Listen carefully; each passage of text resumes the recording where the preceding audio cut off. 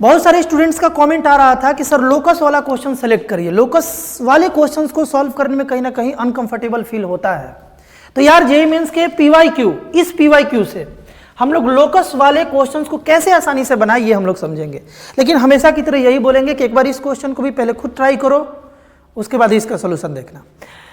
Question वाला कुछ ऐसे था कि एक वेरिएबल स्ट्रेट लाइन जो है वो एक फिक्स पॉइंट a, b से पास कर रहा है। जैसे मान लिया जाए कि इस कोऑर्डिनेट एक्सिस में ये लाइन वेरिएबल एक स्ट्रेट लाइन है जो कि a, b से पास कर रहा है, यानी कि a, b बालक इसी लाइन पर कहीं ना कहीं होगा। बोला जा रहा है ना कि ये जो लाइन है ये इंटरसेक्ट कर रहा है कोऑर्डिनेट एक्सिस को एट a एंड b। तो ये जो लाइन है x एक्सिस को a पर मान लेते हैं और y एक्सिस को बालक b पर इस तरीके से इंटरसेक्ट कर रहा है।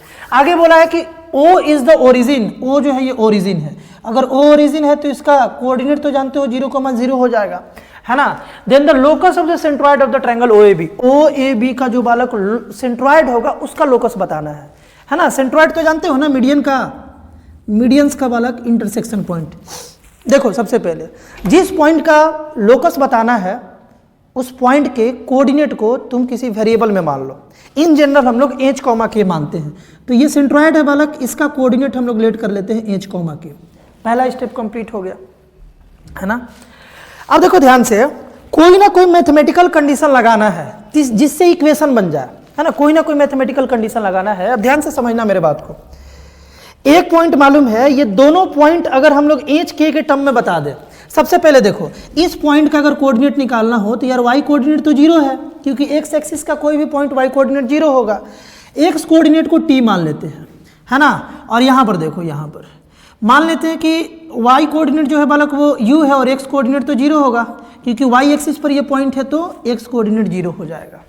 देखो बालक, कम से कम वेरिएबल रखना चाहिए, है ना। यहाँ पर 2 एक्स्ट्रा वेरिएबल लेना पड़ा, t और u। क्या ये t और u का वैल्यू हम लोग h, k के टर्म में निकाल सकते हैं? बिल्कुल निकाल सकते हैं। ध्यान से देखो, ध्यान से देखना बालक, a b c o a b ये तीनों पॉइंट का कोऑर्डिनेट इस तरीके से हम लोग लेट किए हुए हैं। तो सेंट्रॉइड का x जो है, तुमको मालूम है ना कि ट्रायंगल के तीनों पॉइंट के x कोऑर्डिनेट का सम बाई 3 होता है, यानी कि 0 + t + 0, 0 + t + 0 by 3 is equal to h हो जाएगा, यानी सेंट्रॉइड का x कोऑर्डिनेट हो जाएगा। तो यहाँ से बालक t इज इक्वल टू आ गया 3h। उसी तरीके से देखो 0 + 0 यानी कि y कोऑर्डिनेट, है ना, 0 + 0 + u, है ना, बाई 3 करेंगे तो सेंट्रॉइड का y कोऑर्डिनेट आ जाएगा। तो u का वैल्यू आ गया 3k, u का वैल्यू 3k आ गया। यानी कि हम लोग क्या किए कि t का वैल्यू ना हम लोग सेंट्रॉइड के टर्म में निकाल लिए। तो t का वैल्यू कितना था बालक? 3h और 0। इस पॉइंट का कोऑर्डिनेट कुछ ऐसा आ गया। उसी तरीके से यहाँ पर क्या आ जाएगा बालक? यहाँ पर आ जाएगा 0, u के प्लेस पर हम लोग लिख लेंगे 3k, है ना। तो अब अपने पास जो ये ट्रायंगल का तीनों वर्टेक्स है, मतलब कोई भी बहुत ज़्यादा एक्स्ट्रा वेरिएबल नहीं आया, केवल h k आ रहा है। a भी तो कोई ना कोई पॉइंट दिया ही रहेगा, ऑप्शन में भी a भी है। आगे देखो अब क्या करें।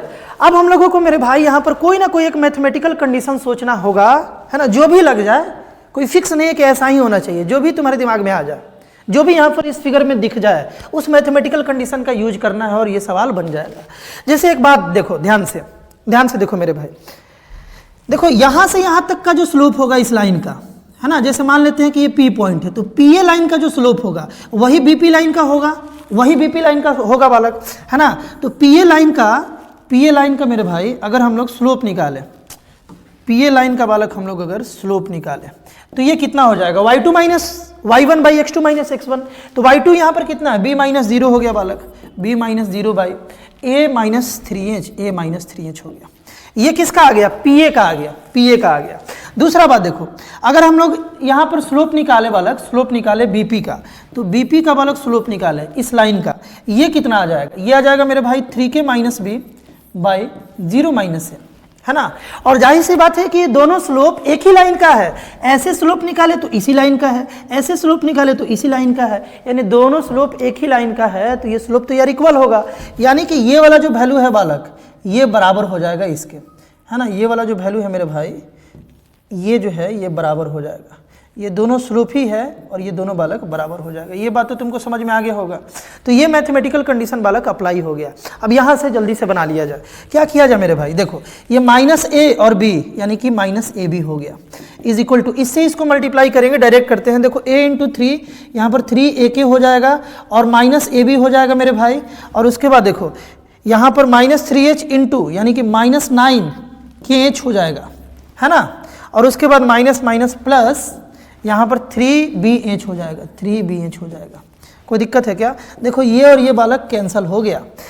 अब यहाँ से अगर हम लोग 3 कॉमन ले लें, है ना, इधर से 3 कॉमन ले लें तो अपने पास आ गया ak प्लस bh आ गया, है ना, यहाँ से bh आ गया और -3kh आ गया बालक, और यहाँ पर 0। अब इस 3 को इस साइड भेज दिया जाए तो 0 बन गया, यानी कि अपने पास आ गया मेरे भाई ak plus bh -3kh is equal to 0। अब तो कुछ नहीं करना, h के जगह x पुट कर देना, h x कोऑर्डिनेट था ना, तो x पुट कर दो और k के जगह y पुट कर दो क्योंकि y कोऑर्डिनेट है, और मिल गया हमें इक्वेशन। तो ay plus bx minus 3xy is equal to 0, यानी कि ay वाला ऑप्शन हो जाएगा ay, यानी कि ऑप्शन नंबर a इसका राइट आंसर था। आई होप बालक इस क्वेश्चन से, इस PYQ से तुम समझे होगे कि लोकस को आसान तरीके से हम लोग कैसे निकाल सकते हैं। लोकस वाले क्वेश्चन से, लोकस वर्ड से नहीं डरना, बहुत ही आसान है। इस टाइप का और भी इंपॉर्टेंट कॉन्सेप्ट देखने के लिए, इंपॉर्टेंट क्वेश्चंस देखने के लिए जो तुम्हारे JEE मेंस JEE एडवांस के सफर को आसान बना सकता है बालक, लगातार इस चैनल पर अपलोड हो रहा है। एक बार चैनल को जरूर विजिट करोगे।